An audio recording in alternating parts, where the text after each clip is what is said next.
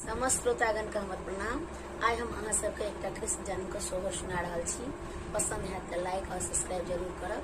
जय मिथिला, जय मिथिला। उत्तरी सावन चारि भादव चहु दिस कादव रे। उत्तरी सावन चारि भादव चहु दिस कादव रे। ललना रे मेघवा झड़े लागल रिमी झिमी ग्रामीण दमसाय रे। ललना रे मेघवा झड़े लागल रिमी झिमी ग्रामीण दमसाय रे। जनमल जखन जदू नंदन सनी कंदन रे। जनमल जखन जदू नंदन सनी कंदन रे। ललना रे भुजी गेलाई बजर के वार पहरू सावा सुतल रे। ललना रे भुजी गेलाई बजर के वार पहरू सावा सुतल रे। जनमल जखन जदू नंदन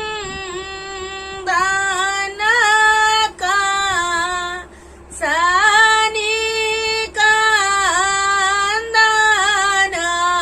रे। ललना रे भुजी गेलाई बजर के वार पहरू सावा सुतल रे। शंख चक्र गदा पद्म देव की तो देखल रे।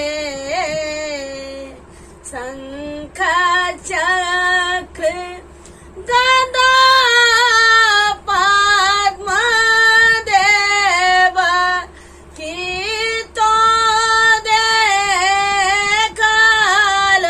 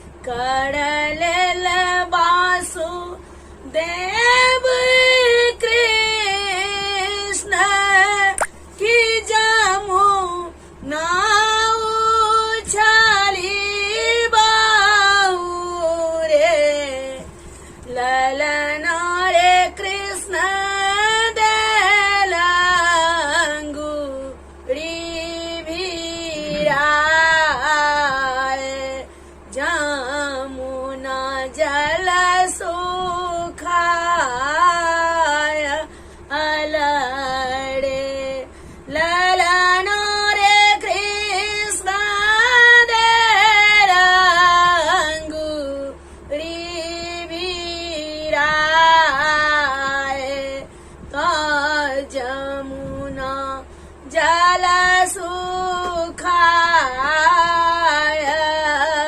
सुखायलडे कृष्ण गेला नंदक घर में जसोदा घर हर सीता रे कृष्ण गेला नंदक घर में जसोदा घर हर सीता रे ललन रे हो मैं लागल उधा बधाई की नंद घड़लाल अभय ललन रे हो मैं लागल उधव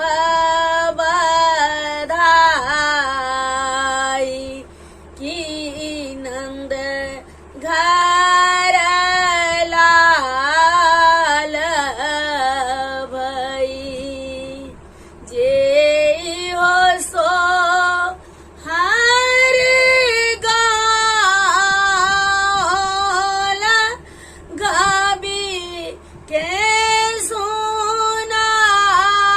सुनाल रे ललन रे तीन